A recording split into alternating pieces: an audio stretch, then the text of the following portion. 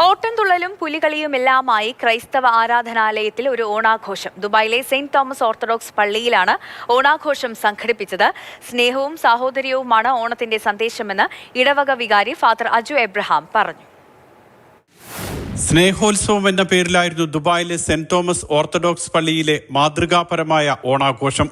ഓട്ടംതുള്ളൽ, ആധ്യാത്മിക സംഘടനകളുടെ നേതൃത്വത്തിലുള്ള കലാപരിപാടികൾ, പുലികളി, ചെണ്ടമേളം തുടങ്ങി വിവിധ സാംസ്കാരിക പരിപാടികൾ ഓണാഘോഷത്തിന്റെ ഭാഗമായി പള്ളിയിൽ അരങ്ങേറി. മുൻ DGP ടോമിൻ ജെ തച്ചങ്കരി ആഘോഷ പരിപാടികൾ ഉദ്ഘാടനം ചെയ്തു. ഇടവക വികാരി ഫാദർ അജു എബ്രഹാം അധ്യക്ഷത വഹിച്ച ചടങ്ങിൽ സഹവികാരി ഫാദർ ചെറിയാൻ ജോസഫ്, ഇടവക trustee PA Abraham, secretary Paul George, joint trustee Saji Varghese, Manoj Thomas തുടങ്ങിയവർ സംസാരിച്ചു. സോപാനരത്നം കലാചാര്യ പയ്യന്നൂർ കൃഷ്ണമാരാരും സംഘവുമാണ് ഓട്ടംതുള്ളൽ അവതരിപ്പിച്ചത്. ഇടവക മാനേജിംഗ് കമ്മിറ്റി അംഗങ്ങൾ ഓണാഘോഷത്തിന് നേതൃത്വം നൽകി. വെറുപ്പിന്റെയും വിദ്വേഷത്തിന്റെയും കാലത്ത് സ്നേഹത്തിന്റെയും കരുതലിന്റെയും സന്ദേശമാണ് പള്ളിയിലെ സ്നേഹോത്സവം സമ്മാനിച്ചത്. Mathrubhumi news, Dubai.